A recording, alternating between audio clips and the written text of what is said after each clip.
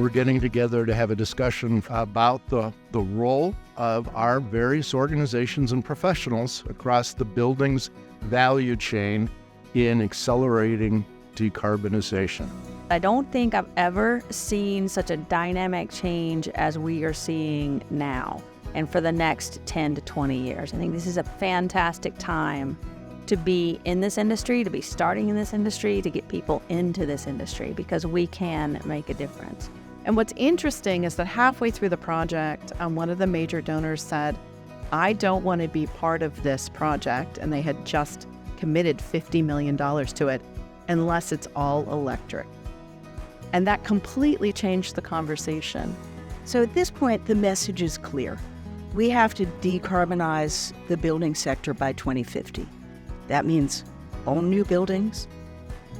That means 120 million existing buildings. We work with other organizations like ASHRAEs. This collaboration here is a result of many of us looking around the room saying, we can't do it organizationally on our own. We need the AIAs and the USGBCs and the ASHRAEs and the BOMAs. There are these inflection points in the 100-year life cycle of the built environment, or the 200 or 500-year cycle, where if you get the right people in the right place at the right time, you can make incredible progress in sustainability and decarbonization. So engineers design buildings, we get the information from the owners, we plug it into the model, and we spit out a report. This is how the building's going to perform. Most of the time, or a lot of the time I should say, there's no follow-up to see that that's exactly how the building's performing. So for us, it's been investing in education for the FMs to help them understand, what do we have? How are we running it? Where would you go to get your team trained? What does good performance look like? As we measure, there's kind of the basics of measuring performance, but there's the upkeep and understanding of continuously staying on top of those numbers.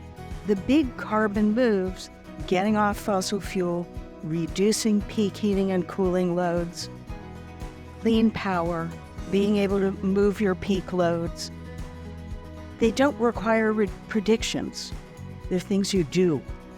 Do we have the proper data, and can we get it? And I have to say, from my members and the folks that I'm working at, this is the number one problem. We cannot get the data from, say, utilities, right, on energy use in the whole building.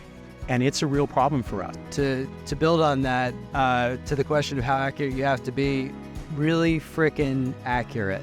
So it becomes more and more important that these numbers are as accurate as possible, because the financing that's going to accelerate the decarbonization of the built environment is relying on us hitting a certain standard by a certain date with a certain project. A certified building is 35% more efficient on average.